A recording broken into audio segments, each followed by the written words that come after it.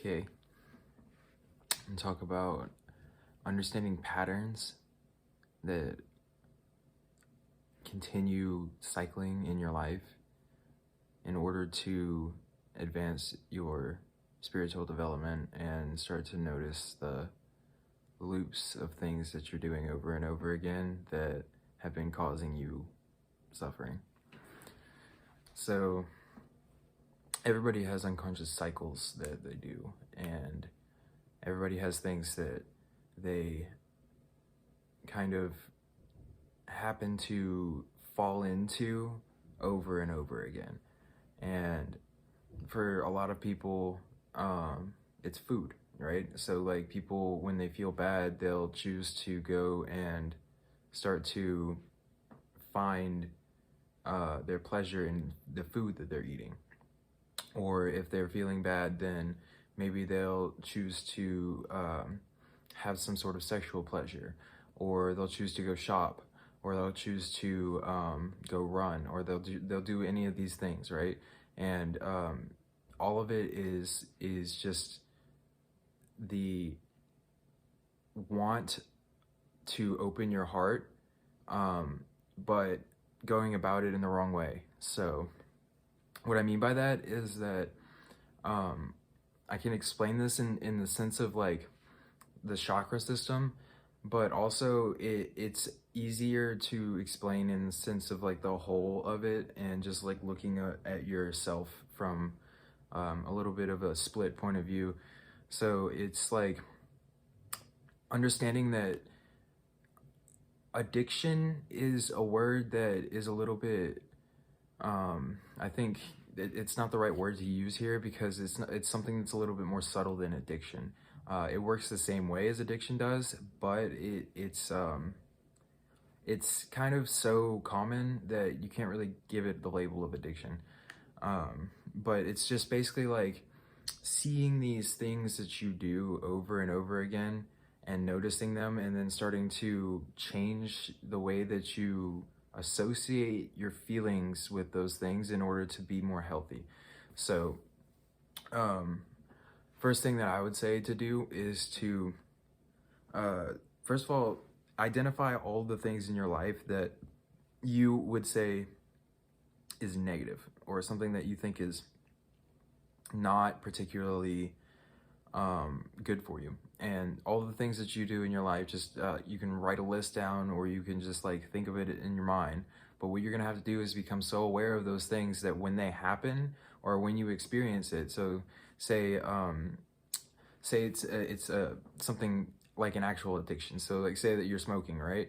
The thing about that, so the way to let go of that would be to, before you go out to smoke, you realize that what you're about to do is a unconscious pattern of yours that you've been doing for a long time.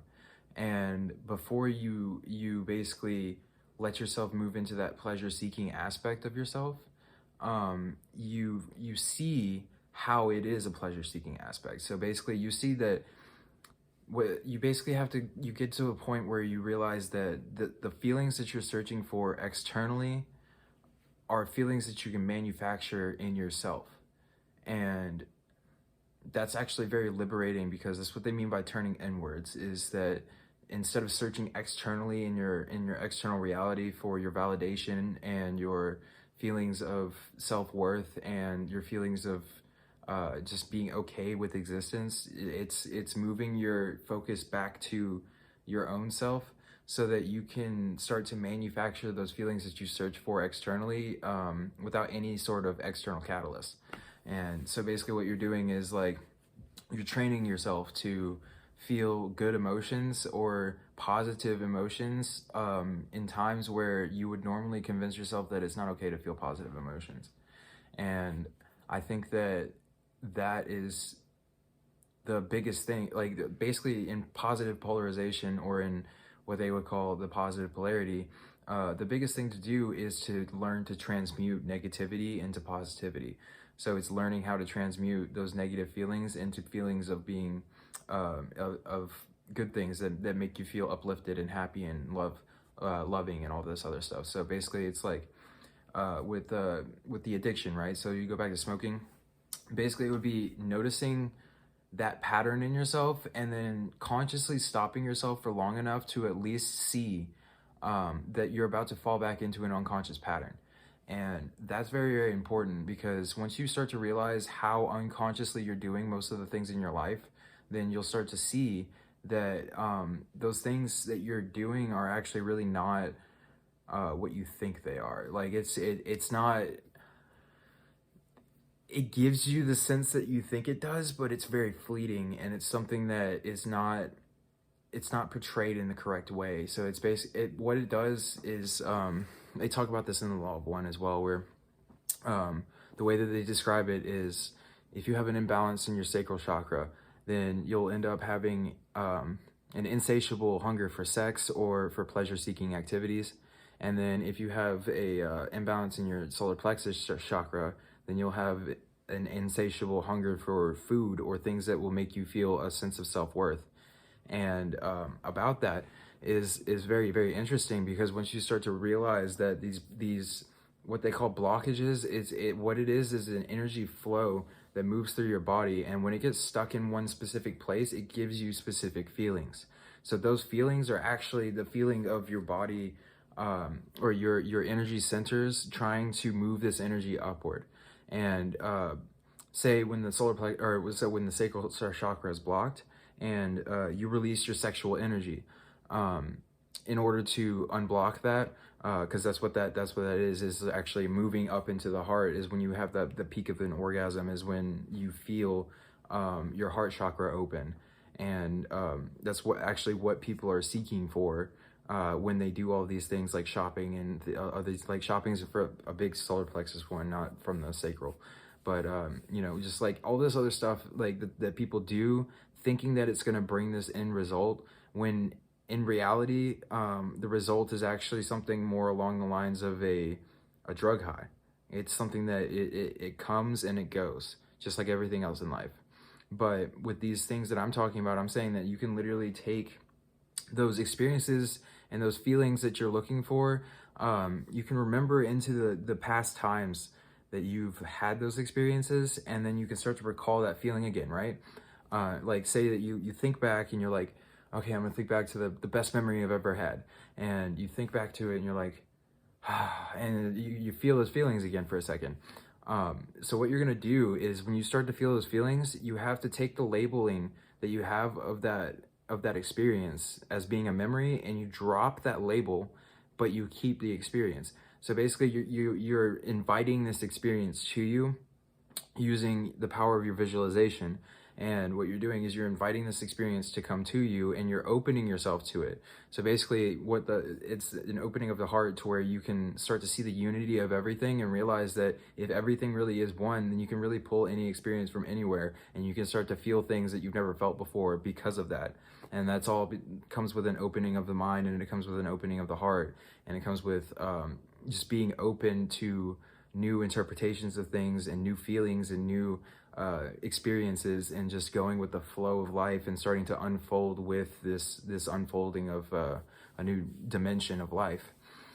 I think that transmutation of negative feelings is one of the most important things that you can do in order to gain spiritual growth, and also to starting to notice your pattern, like going back to the original topic. But once you start to notice these patterns, it'll become more and more and more apparent what is not good for you and what is. And then it'll also become apparent the things that like, it'll almost be like you start to notice it so much that it almost becomes annoying, to the point where you're like, okay, I need to change this anyways. Just because it feels better, and you're being like, this just doesn't resonate with me anymore. I just need to change who I am, and like move into a different vibration. And that's all part of the spiritual awakening, and that's all part about moving into this new state of consciousness. And but becoming aware of all the patterns that you're in and that you do every single day. So basically, like, even the smallest things, like if you wake up and you immediately eat a meal. So right, before you take the first bite of that meal, become conscious that this is something that you're doing every single day as a pattern, right? It's not something that you really need to do. It's something that you do to make yourself feel better. It's something that you see, like, and then like, it's not particularly with just eating, but what I mean is that like anything that is causing you some sort of feeling like you need this thing in order to survive, right? You're trying to let go of all of these different things that you're attached to. So basically you're letting go of all of your attachments in order to where you can start to pull these experiences to you from your own internal source rather than having to search for it externally. It's very, very important because going inward is really the only way to be able to have these experiences of unity. And it really is like you start to see that your feelings really do, they're really manufactured by you. But like it's something like, it's almost impossible to explain to somebody how their negative feelings, that their story that they're holding up of themselves is really just a story that they're telling themselves. And that if they were to just drop that whole story, then they wouldn't feel those negative feelings anymore. And they would, you see, like it's really weird because like society tries to teach people that that's not true, and that there always has to be a reason for everything. But sometimes you can defy logic, and it really does work. And it's really not as hard as you would think it is. It's just convincing yourself that it's okay for you to feel positive even in the midst of negative circumstances. And that's the heart of alchemy. Is that's what they mean by that, is like the transmutation of these negative circumstances around you, and understanding and knowing in your being that everything is made out of love, and that these circumstances have nothing to do with the amount of love that you radiate out into the world. And this is something that you can choose to experience in whatever way that you want to. So if you want to find the love in it, then you can find the love in it. But if you want to find the hate in it, then you can find the hate in it. It just depends all on the perspective and your circumstances, or your perspective of your circumstances, what I mean. Like, you're basically the way that you respond to your circumstances that you experience in your life is all of your experience. I mean, obviously, like you see the things happening in front of you, but they don't affect you the same way that they used to, because you have this knowing in yourself that this stuff is just phenomena that is arising in front of you, and that it's going to come and it's going to go just like anything else will. And once you start to become aware of like these patterns in yourself, then you'll start to see the patterns in everything. And everything will start to make sense, because like literally you'll start to see how everybody is just in their own karmic loops. Everybody's just doing their own thing over and over and over and over again. And it's almost hilarious to see it, but at the same time, it's kind of sad, because, you know, like people are not conscious of these things, and it's really like destroying them from the inside out. And but at the same time, like, you know, you can't really do anything other than help yourself and give advice to people. So I wouldn't suggest pushing your opinion on somebody, because that would potentially violate their free will, and it would really kind of be a negative thing to do. More just to express the things that you've experienced, and then express how much it's changed your life, I guess. And then just if people want to take it, then they can. If they don't, then they won't. But honestly, just finding these loops that you're stuck in your life, and these patterns of things that you're doing over and over again, really just look into your life and see the things that really stand out to you. Like, definitely like things that you know are addictions, and then things that maybe could be an addiction, but you know, like it's not bad for you, so you just do it anyways, you know, like stuff like that. That's the stuff that you really need to become aware of. And then you don't have to stop doing it immediately, and you don't have to just like completely cut your life and just like change your entire life. That's not what we're talking about here. What I mean here is that you just become aware of these patterns, and that before you do them, what you do is you notice it, and then you notice it and you go into it consciously. So, and like, even if it's like smoking, right? You go into that consciously. So you pick it up and you look at it, and you're like, okay, this is something that I'm about to do again, because I literally am unconsciously addicted to this pattern of doing this over and over and over again. So you become conscious of it, and then if you become more conscious and realize of what the future long-term effects of it are, then you can set it down for 5 minutes and then start to see whether or not you're going to have a craving again. And then if you do, then you can pick it up again and then look at it again. And then, but just every single time, make sure that you're conscious. And then every time you'll start to notice that you see more and more and more about the things that you're doing that was almost like invisible to you before.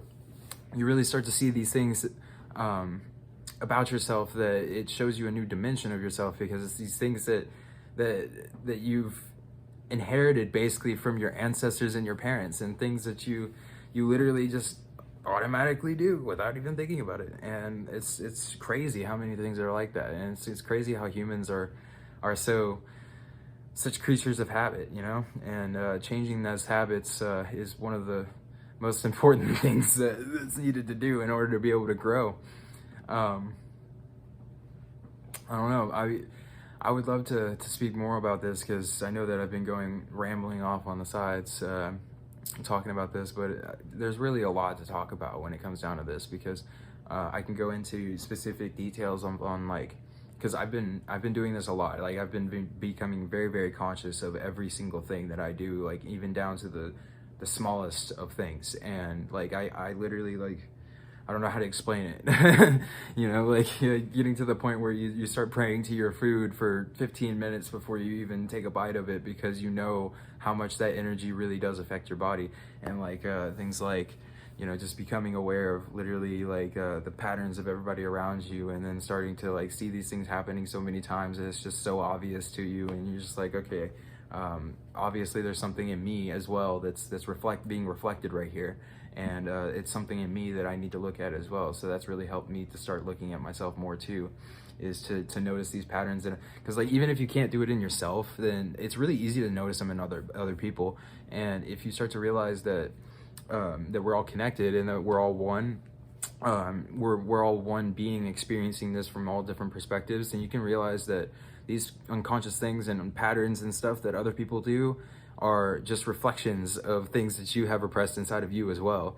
And that's a really, really good way to go into shadow work in yourself, and to start to really bring those experiences of understanding and of integration of these different aspects of yourself that you've maybe pushed away or just disidentified from, but not disidentified from. Basically what you did was you pushed it under the rug, you know, and it's just stuff that just kind of sits there, and it's like dust on the countertops and stuff like that, you know. You just gotta, sometimes you gotta come with the duster and just wipe that stuff off in order to really be able to feel the feng shui of the room in the correct way. Because if you start to see, this is more connections here, you know, when you sit in a dirty room, you know, it can start to feel really dark sometimes. It can feel really, really cramped and really, really constricted. But once it's all clean and dusted and vacuumed and all ready to go, then the room opens up, and it feels different. It feels like a new thing. And that's literally like an external example of what you can do inside of yourself. And it literally feels the same way. So like, it goes from feeling like a cramped place of a body to stay in, into a free feeling, floating, like very, very light and airy body, you know, and mind, and because your body, mind, and soul are all linked together. So as you start to, you know, increase your bodily vibration, then your mind is going to change as well, and then your mind and your body will start to connect with each other, and then that will then send your vibration off to spirit, and then that will start a connection with that, and then basically that starts a big cycle of a well, it's actually really not a cycle, it's more of a spiral. So it's like an ascension cycle that basically puts you up a little bit more every time that you start to notice these things in yourself every time. This is really cool. I'm really enjoying talking about this, because like, I'm seeing these metaphors that I'm able to put out here, and I feel like it's actually going to help some people. This stuff is really, really important for spiritual and self-growth, and it's something that I now have a lot of just excitement for, to be able to show to people, because it's really changed my life in a lot of ways. And it's just awareness, that's all it is. And I know that in this shift of consciousness that everybody's gonna, or not everybody, but like a lot of people that are having these awakenings are gonna end up going through this stage of becoming noticeable of all of their patterns and everything like that. And it's gonna probably bring up a lot of feelings, and it's really good to be able to learn how to integrate those feelings into your being before they start to fester and turn into things that are going to cause problems. And we don't want that. That's not a good thing. Well, I mean, it could be a good thing in the long run, technically, even if you really think about it, because everything that happens to you could be used for your spiritual growth. And a lot of times people look back on things and they start to see that some of the things that they thought were the most negative things in their past were actually some of the best things that's ever happened to them. So you never know. I'm feeling really good about this, but I don't know. I really don't think that I have too much more to say right now, particularly on this, because I feel my mind starting to move off onto a different thing. But I really I'm enjoying talking about this, because I can feel that some people have been having troubles with integrating the experiences that they've been having lately, and I think that some people really, they just haven't seen that these things are put in front of them by their own selves for themselves, and that these experiences, no matter how traumatizing or emotionally stressful they are, they can always be used for growth, and they are meant to be used for spiritual growth. And generally, bad feelings are an indication that you are probably focusing on the wrong things. So if you feel bad, then instead of looking externally at what's making you feel bad, just look at yourself and then notice what you're focusing your attention on. And you'll most likely notice that you're focusing in on the negative self-talk and the things that you tell yourself, or this story that you keep up about why you should feel this negative feeling. And then once you start to realize that, then you'll be able to be like, oh, if I just let go of that story, then within a very short amount of time, all those negative thought patterns will start to just dissolve, and they'll start going away, and then you'll just start feeling better and better. And maybe just try going outside, try sun gazing, try changing the diet, it was really big for me. It changed my entire life. Sun gazing now gives me an extreme gratitude for life, and the meditation, just literally just take time to look at yourself, and to take time to really, instead of trying to blame other people or trying to look outward to see where all this stuff is coming from externally, and like where all these other people are making you feel these reasons, and there's a million different reasons that you could manufacture about why you feel bad. But the real hard thing to do, or the real growth, is where is convincing yourself to let go of the story, and to really start to let yourself feel positive even in the midst of negative situations. All right, I hope you guys have a great day, and thank you.